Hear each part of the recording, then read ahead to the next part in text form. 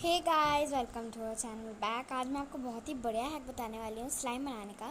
तो चलिए स्टार्ट करते हैं। सबसे मैं आपको इंग्रेडिएंट्स बता देती हूँ। मैं ये फेविगम ले रही हूँ, येलो कलर का, आप कोई सा भी ले सकते हैं, बोरो प्लस। ओके, तो हम बनाना स्टार्ट करते हैं अब।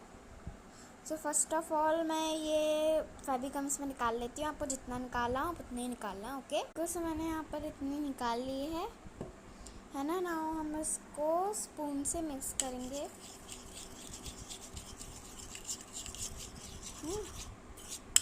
आपको जौन सा कलर डालना हो वौन सा ही डालना, मुझे ऐसे ही अच्छा लग रहा है, मैं ऐसे ही बनाऊंगी। तो यहाँ पर हमने थोड़ी सी बोरोप्लस ली है। नाउ हम इसमें मिक्स करेंगे। इस तरीके से मिक्स करना है फटाफट। हमें तक आपका ऐसा फरमाइश नहीं आ जाता, आप मिक्स करना है। ओके, सो यहाँ आप देख सकते हैं मैंने अपनी स्लाइम कंप्लीट